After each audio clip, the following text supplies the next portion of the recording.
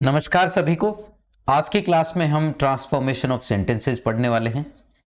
Transformation sentences हम पढ़ें उससे पहले हमें टाइप्स ऑफ सेंटेंसेस के बारे में जानकारी होना जरूरी है।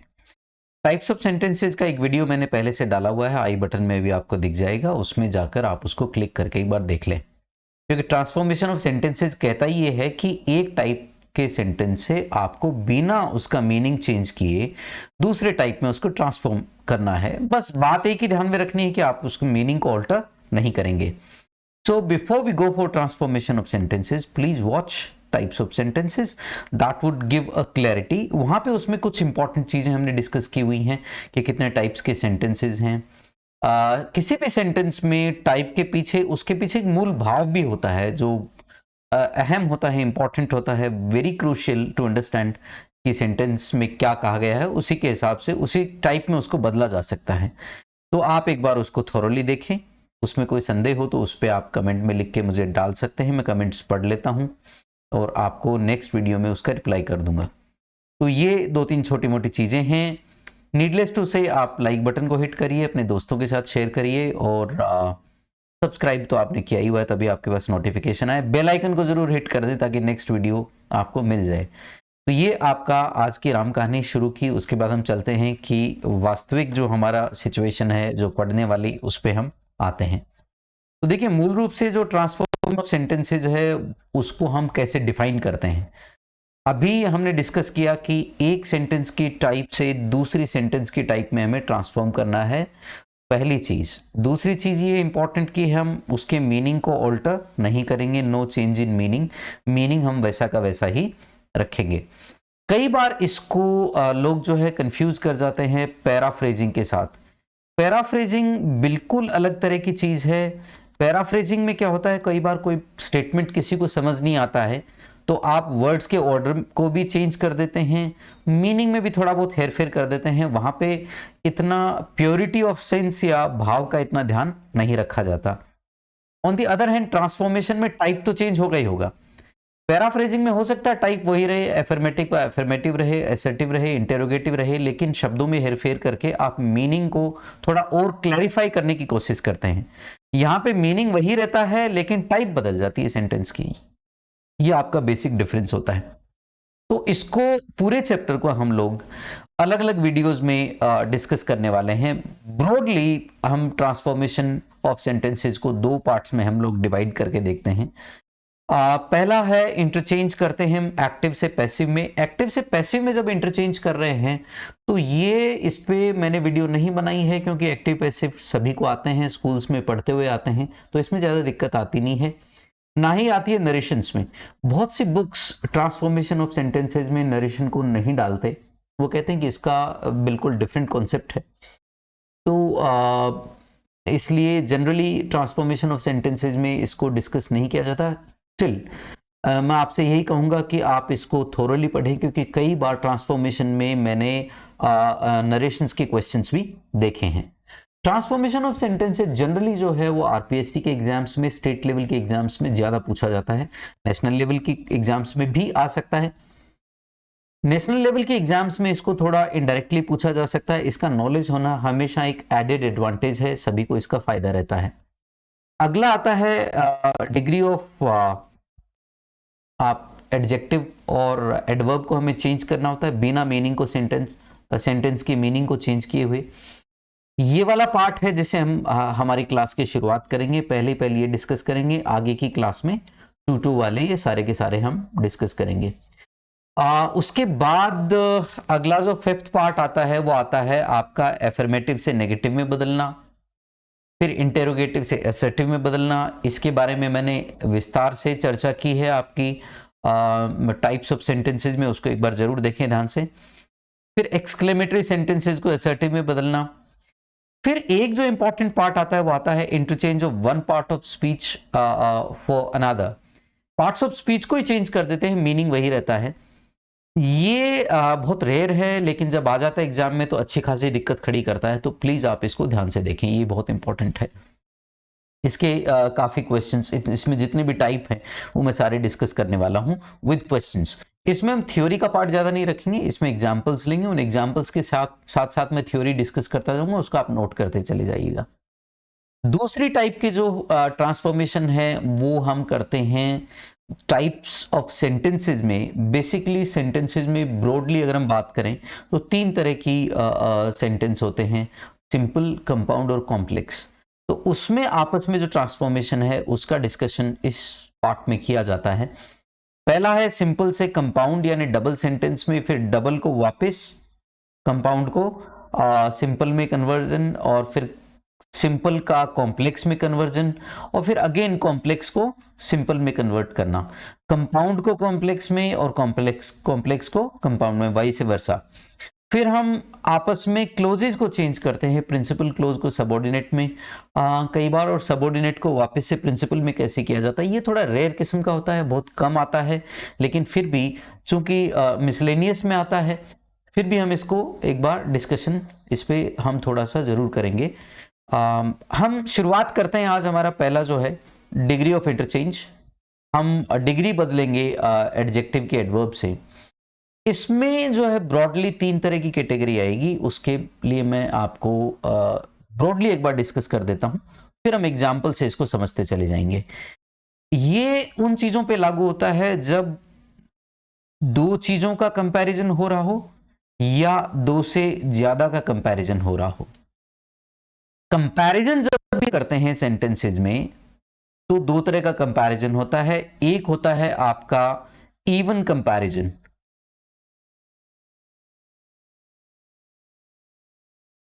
इवन कंपैरिजन जब हम करते हैं तो हम सो एज का और एज का प्रयोग करते हैं। बीच में हमेशा पॉजिटिव डिग्री होती है एडवर्ब की या एडजेक्टिव की, दोनों की, ये हमें ध्यान में रखना होता है। दोनों परिस्थिति में यहां पे सो एज और एजेज के बीच में पॉजिटिव डिग्री का प्रयोग करते हैं। दूसरा होता है uneven comparison. Uneven comparison, uneven comparison में हम लोग क्या करते हैं, हम लोग यूज करते हैं देन का, और इसमें देन से पहले जो प्रिंसिपल क्लोज होता है उसमें हम कंपैरेटिव डिग्री का प्रयोग करते हैं एडजेक्टिव के एडवर्ब के। ये थोड़ा हम ध्यान में रखेंगे, कंपैरेटिव डिग्री का प्रयोग करके हम देन का प्रयोग करते हैं। ये मुझे बताने की जरूरत नहीं है, ग्रामर की क्लासेज में हम बहुत बार डिस्कस कर चुके हैं कि जब भी कंपैरेटिव सेंटेंसेज आते हैं तो उसमें हम समानांतरता का ध्यान रखते हैं, पैरेललिज्म के सिद्धांत का ध्यान रखते हैं। अब बात जब आती है इनके कंपैरिजन में, एक पहलू तो ये हुआ कि इवन और अनइवन कंपैरिजन का, एज का, सो एज का या देन का, दोनों का हम एक पहलू डिस्कस कर रहे हैं यहाँ पर। दूसरा जो पहलू है वो आता है जो बहुत है, वो ये है कि आप जब कर रहे हैं तुलना तो जो प्रिंसिपल क्लोज है और जो कंपैरिजन का जो क्लोज है, एडवर्ब क्लोज ऑफ कंपैरिजन है, उसमें जो शब्दों का स्ट्रक्चर है उसमें मूल भाव नहीं बिगड़ना चाहिए। तो पहला जो कंपैरिजन होता है वो क्या होता है, किसी भी एक चीज का, वन थिंग और वन पर्सन, क्या है, वन पर्सन या थिंग हम ले लेते हैं, उसका उसी की कैटेगरी में ऑल अदर से कंपैरिजन, किसे, ऑल अदर थिंग्स से, उसी की कैटेगरी में। फिर इसमें से आ जाता है सम जो है, कुछ उसमें से ले लेते हैं, उसके कंपैरिजन में हम हमेशा यूज करेंगे सम अदर, सम अदर। इधर पे ऑल अदर थिंग्स या एनी अदर थिंग, दोनों में से कोई एक लेंगे, सम के साथ सम अदर का प्रयोग करेंगे, और फ्यू जहां आ जाए तो फ्यू के कंपैरिजन में हम यूज करेंगे मोस्ट का, के कंपैरिजन में हम किसका यूज करेंगे, मोस्ट का। इसका बहुत सिंपल रीजन है कि एक है तो बाकी अन्य दूसरी तरफ होंगे, दूसरा कुछ है तो कुछ दूसरी तरफ होंगे।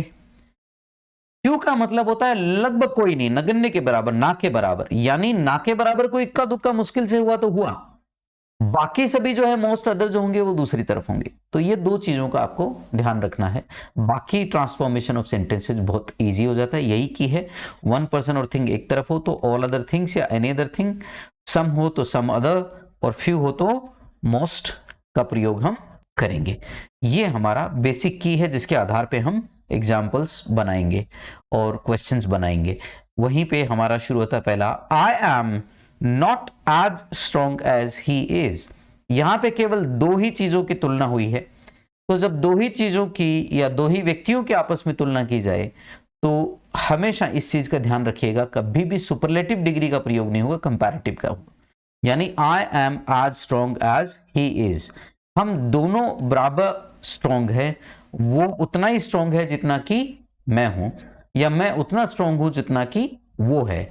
सो इसका मतलब वो ना तो वो मेरे से ज्यादा स्ट्रॉन्ग है, ना ही मैं उससे ज्यादा स्ट्रॉन्ग हूं। तो दोनों तरीके से लिख सकते हैं, he is not stronger than I M.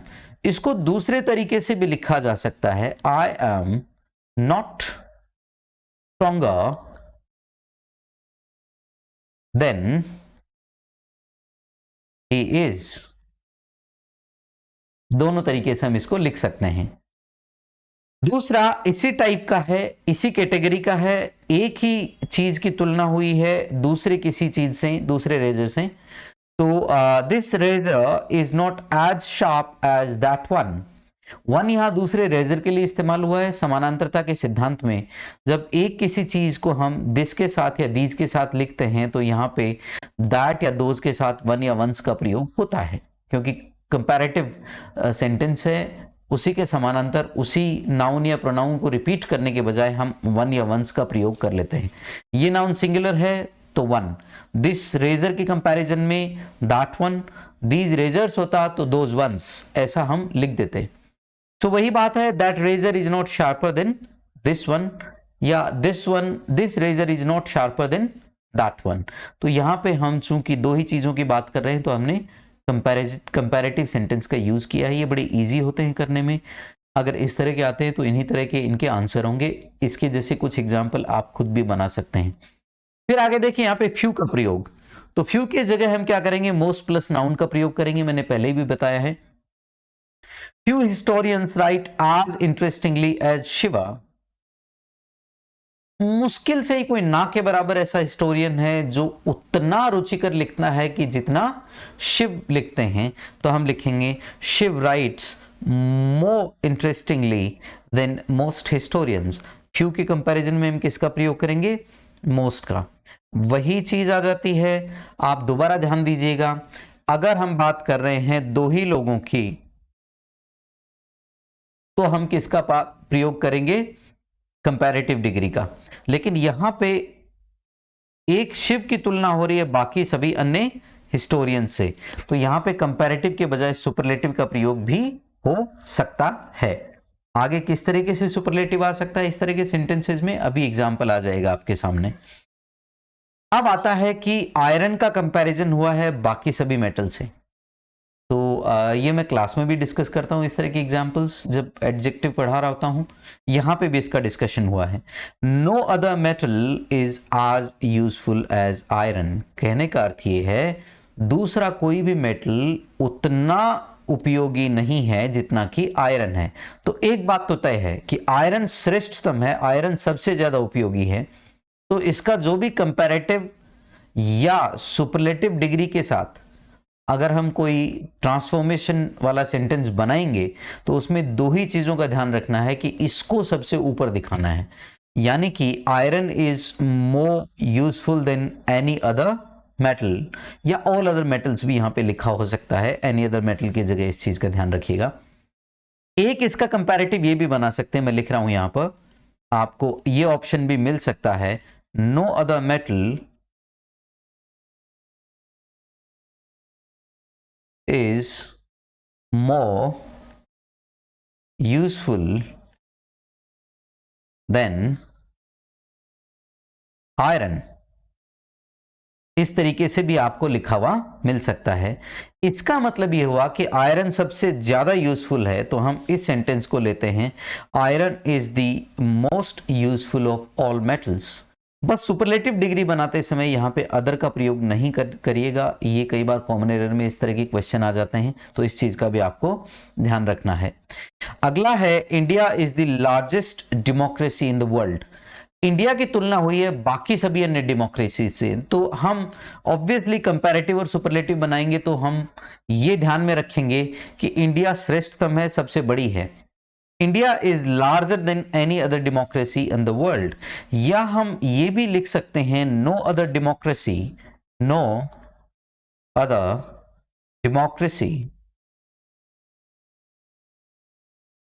Is larger than, इस तरीके से भी हम बना सकते हैं इंडिया,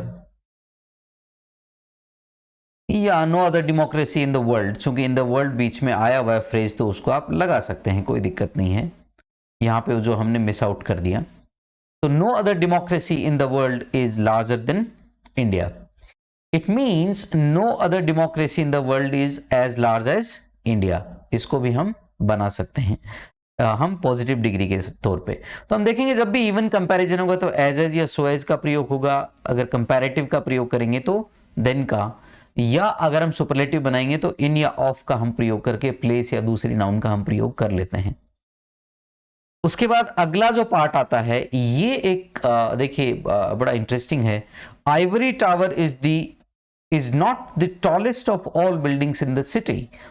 इसका मतलब ये है कि आइवरी टावर जो है वो सबसे टॉल नहीं है। इसका मतलब ये हो सकता है कुछ बिल्डिंग्स ऐसी हैं जो आइवरी टावर से लेस या मोर टॉल है, या लेस टॉल या मोर टॉल भी हो सकती हैं, उसके बराबर हो सकता है, लंबी नहीं हो, या कम भी हो सकती हैं। तो चूंकि क्या है, टॉल का टॉलर टॉलेस्ट से भी बन जाता है, मनुष्य से जुड़ा हुआ है, मोर और लेस का प्रयोग तब करते हैं जब दो गुणों की तुलना हो।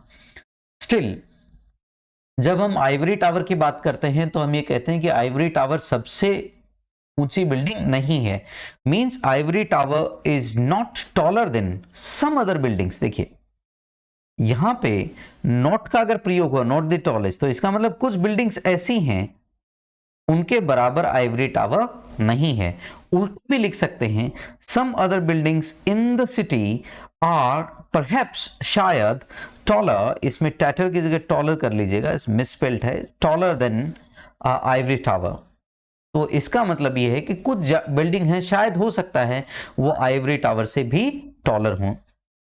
और जब हम इसका पॉजिटिव डिग्री बनाएंगे, P means positive degree, some other buildings in the city are at least as tall as ivory tower, या ivory tower is perhaps not as tall as, उतना टॉल नहीं है जितना कि दूसरी बिल्डिंग है। तो ऐसे परिस्थिति में क्या होता है, नॉट द टॉलेस्ट वाली में तीन परिस्थितियां आपके सामने आ जाती है, कुछ बराबर हो सकती हैं, कुछ कम हो सकती हैं, कुछ ज्यादा हो सकती हैं। तो इसके कॉम्बिनेशंस में ही आपको कुछ ऑप्शन वो देगा। तो some other buildings in the city are at least as tall as, उतनी है लगभग जितना कि आइवरी टावर है। Ivory tower is perhaps not as tall, शायद उतना टॉल नहीं है जितनी कुछ दूसरी बिल्डिंग्स भी हैं, दूसरी बिल्डिंग से ज्यादा लंबी भी हो सकती हैं। तो इस तरह के जो क्वेश्चंस आते हैं उसमें 4-5 तरह के कॉम्बिनेशंस आप बना सकते हैं, लेकिन मीनिंग लगभग यही रहना चाहिए कि आइवरी टावर जो है वो सबसे लंबी बिल्डिंग नहीं है। उसके बाद अगला आता है, Rani is one of the cleverest girl in the class. अब इसमें प्रयोग हुआ वन ऑफ, क्या हुआ है सरकार, वन ऑफ। वन ऑफ का है मतलब जितनी भी क्लेवरेस्ट है उनमें से एक है। Means some girls of the class are cleverer than रानी, कुछ क्लेवरर देन रानी भी हो सकती हैं, और यहां पे लेस क्लेवर भी हो सकती हैं रानी से। या आप ये कह सकते हैं Rani is not so clever as other girls in the class. तो जब यहां पे वन ऑफ द का आ जाए प्रयोग, ये एक अलग तरह का टाइप है जो मैंने डिस्कस नहीं किया, वो 3 टाइप के तो मैंने बताए थे बिगिनिंग में, उसमें सम अदर के बजाय सम गर्ल्स आप प्रयोग करेंगे। तो ये आप कीज है, वन ऑफ नाउन या प्रोनाउन के केस में सम प्लस नाउन, ठीक है सरकार, तो हम इसका प्रयोग करेंगे। सम के केस में सम अदर का प्रयोग, फ्यू के केस में मोस्ट प्लस नाउन का प्रयोग। ये आपको ध्यान रखना है, ये कीज होती हैं जो आपको दिमाग में रखनी है। उसके बाद अगला आता है, very few buildings are so beautiful as the Taj Mahal. मुश्किल से कोई बिल्डिंग होगी जो ताजमहल जितनी खूबसूरत होगी। So the Taj Mahal is one of the most beautiful buildings. अब देखिए यहाँ पे हमने वेरी फ्यू की कंपैरिजन में वन ऑफ द मोस्ट हमने सुपरलेटिव डिग्री का यहाँ पे प्रयोग कर लिया। तो वो फ्यू वाले में जहां हमने सुपरलेटिव का प्रयोग नहीं किया था, जहां पे पहले कंपैरेटिव का किया था, उसका ऐसा ही सुपरलेटिव डिग्री का प्रयोग भी हम करके एक ऑप्शन बना सकते हैं। मैंने बोला था आगे एग्जाम्पल में आएगा। अगला है very few metals are as precious as gold, यानी कि गोल्ड के बराबर दूसरा कोई नगण्य के बराबर है। हो सकता है जैसे प्लेटिनम उससे भी ज्यादा होता है, कुछ उसके बराबर भी हो सकते हैं। आजकल आर्टिफिशियल मेटल्स आ गए हैं जो साइंटिफिक तरीके से बनाए जाते हैं, उनका चूंकि साइंस में उनका यूज होता है, स्मार्ट मेटल्स होते हैं, तो इसलिए उनको हम देखें तो कई बार उनकी प्राइस जो गोल्ड से ज्यादा भी हो सकती है। So very few metals are as precious as gold. Gold is one of the most precious metals. जितने भी मेटल्स हैं उनमें से एक गोल्ड भी है। So that's how it is. ये आपके आज के क्वेश्चंस हैं। एक इंपॉर्टेंट क्वेश्चन और है, she is not the cleverest of all girls. वो सबसे ज्यादा क्लेवर नहीं है, तो ये सम वाला एग्जाम्पल है, means she is cleverer than some other girls. ज्यादा भी हो सकती है, लेस क्लेवर भी हो सकती है। Some girls are not less clever than she is, मतलब कुछ उसके बराबर ही हैं। तो some girls are at least as clever as she is, कई बार इज भी लिखा हो सकता है, लेट मी एड इट। तो इस तरीके से आपको ये एग्जाम्पल्स हैं जो देख लेने हैं। ये आपका ट्रांसफॉर्मेशन ऑफ सेंटेंसेस में आप डिग्री ऑफ कंपैरिजन का एनालिसिस है। ये पहला पार्ट है जो हमने देखा है। I hope you liked it. और अगर आप देख रहे हैं और आपका वास्ता नहीं है ऐसे लोगों से जिस एग्जाम में इस तरह के एग्जाम्पल्स आते हैं, तो आप अपने दोस्तों के साथ या कोई नियर एंड डियर वन है जिनको इसकी ज़रूरत है उसके साथ भी आप इसको शेयर कर सकते हैं।